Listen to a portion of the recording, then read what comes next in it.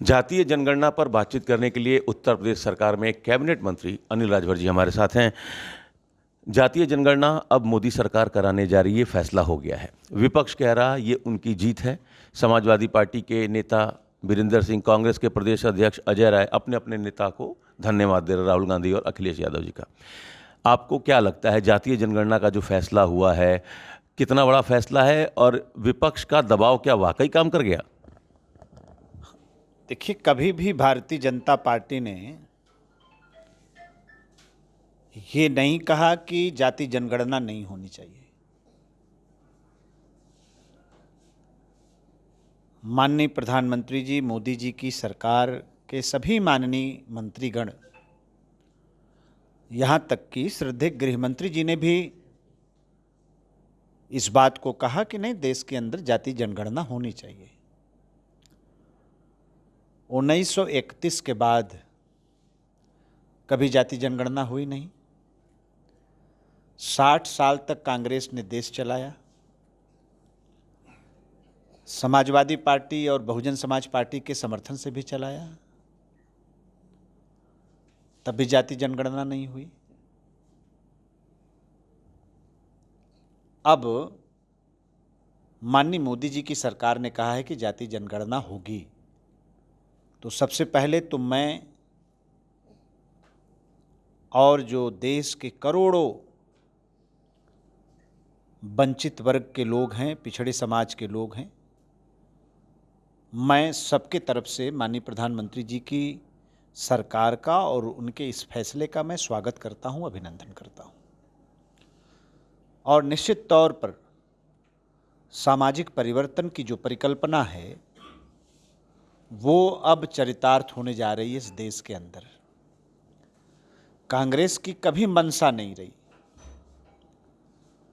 मंडल commission की report 80 में आ गई।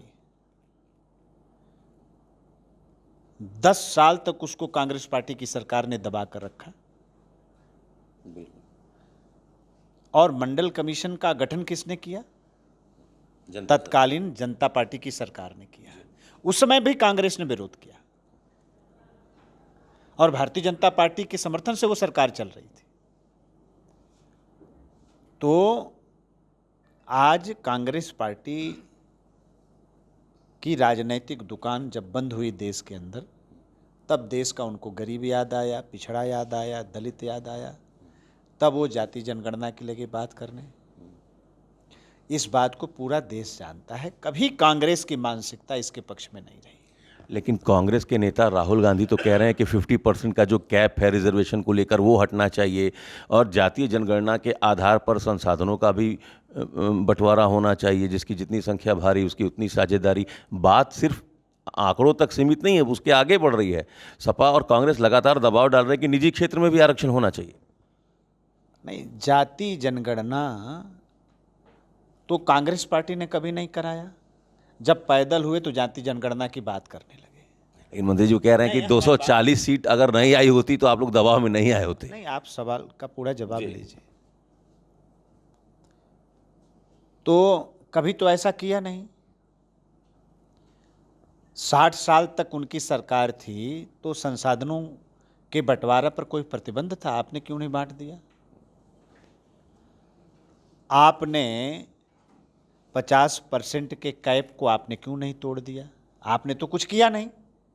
अब पैदल हो गए हैं तो इस बात को, सब बात को आप कह रहे हैं। तो कांग्रेस पार्टी से भी कहना चाहते हैं, राहुल गांधी की से भी कहना चाहते हैं कि जो कुछ भी गरीब वंचित वर्ग के जीवन को बदलने के लिए ज़रूरी होगा, उनको विकास की मुख्य धारा से जोड़ने के लिए ज़रूरी होगा, उनके राजनैतिक, आर्थिक, सामाजिक विकास के लिए ज़रूरी होगा, वो सारा का सारा काम मोदी जी की सरकार ही कर सकती है। दूसरा किसी के बस की बात नहीं है।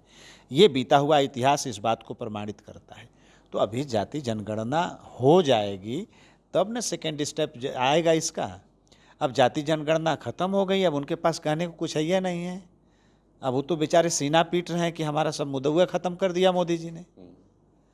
हाँ, तो उल जुलूल बोल रहे हैं। तो अभी तो जाति जनगणना करने की बात मोदी जी की सरकार ने किया है, जाति जनगणना हो जाने दीजिए, तो आगे भी बाकी जो बचा रहेगा काम वो भी होगा। चलिए, तो 60 साल तक कांग्रेस क्यों नहीं जाति जनगणना कराई, क्यों नहीं संसाधनों का बंटवारा जातीय आधार पर की? अब जब सत्ता में कांग्रेस नहीं है तो इस तरीके के आरोप राहुल गांधी लगा रहे हैं, ये कहना है कैबिनेट मंत्री अनिल राजभर जी का। Amit Singh, TV9 UP, Varanasi.